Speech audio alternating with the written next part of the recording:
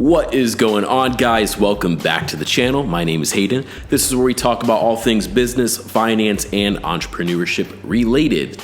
Obviously, the hot topic on what is going on in this channel has a lot to do with TURO. And if you're new here and not aware of what TURO is, it is essentially the Airbnb of cars, to be a little bit more broad. But it gives you the ability to use something that you normally wouldn't be using as much, or you have an extra vehicle to become not a liability, but essentially an asset to an extent. But if there's one thing you need to know about coming to my channel for the first time and you're interested in TURO, I like to be brutally honest about this business. I am not trying to get you to like, subscribe, and then try and sell you some type of lesson later on or how-to guide, like some TURO guru. TURO guru is a weird word. So if you don't like what I have to say, I'm okay with it. This is just my opinions based on my experience on what I am doing with TURO. But like most businesses right now, of course, it is hurting.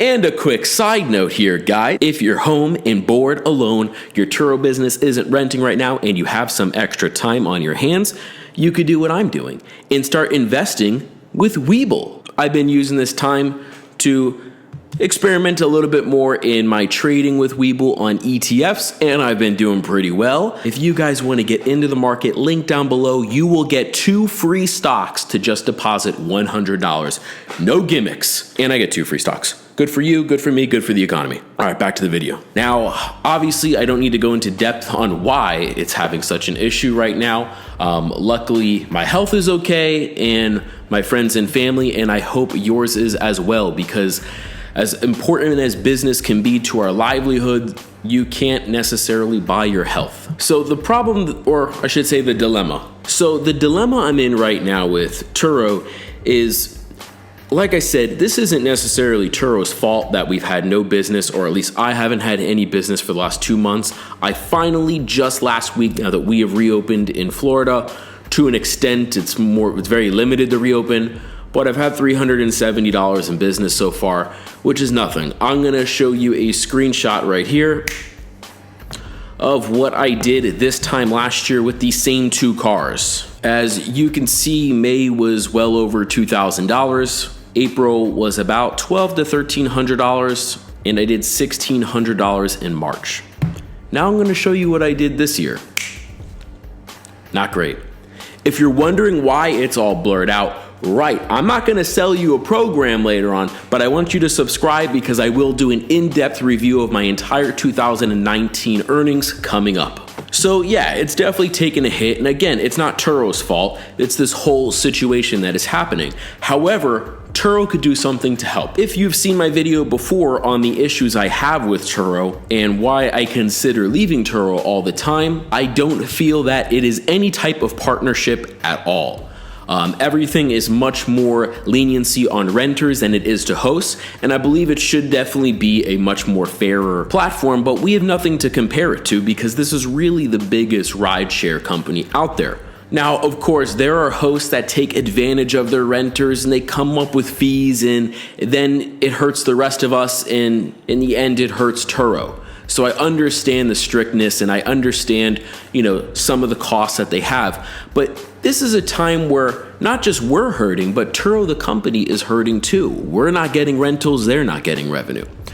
So I gotta say, I'm very surprised and I'm very disappointed that TURO hasn't done anything to step up. For example, TURO is now suggesting what I normally charge per day on my rentals to be 60% less, and they will still be taking the same cut out of their end. Now, what I think should happen if they want to make this more of a partnership and show the hosts that, hey, they're there for us, we're there for them, is work with us a little bit.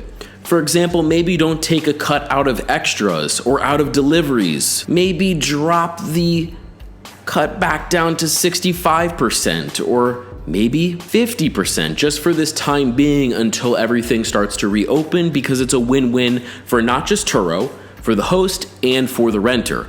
I couldn't think of a better option. However, the only thing TURO's really done is suggested us to lower our prices nearly 60% a day, which is, in my opinion, going to put more wear and tear on the car than it's even worth in the first place. Now, I'm not complaining about it too hard because I didn't get into TURO to start a small business fleet of renting out cars. These are cars that I already would have had anyway. So it's a way just to make some extra income and at least have them pay themselves off. But I just posted a video a couple months ago that I will link here or here. It's somewhere up there, on being in the market for a Range Rover for TURO. After running the numbers, it made a lot of sense and I was going to buy it. But what this has showed me is no way, Jose. I am now solely convinced, although I may not be completely exiting TURO with my vehicles on there, I definitely will not be adding a vehicle on there for the sole purpose of my TURO business. If I have something with extra income and I decide to get another car, maybe. But I don't see that happening. That's not why I was buying a Range Rover. I don't need 3 cars. I just figured, hey, if I'm gonna have these car payments anyway, and I could get this one to pay for itself, it made sense. I now have a great lack of confidence now with TURO in protecting their host. Really, the only thing they suggested was to sanitize your car properly. Like, we didn't know that? Which, guys, on a serious note though, sanitize your cars. Also, in addition to that, I do believe the people that are on TURO for the sole purpose of running a TURO business, it's not a bad idea. Just for me, it doesn't work. So if you're new here, don't take it that I'm bashing on your dreams. I've seen people make it work and have 6-figure and 7-figure incomes from doing this. So it's 100% doable.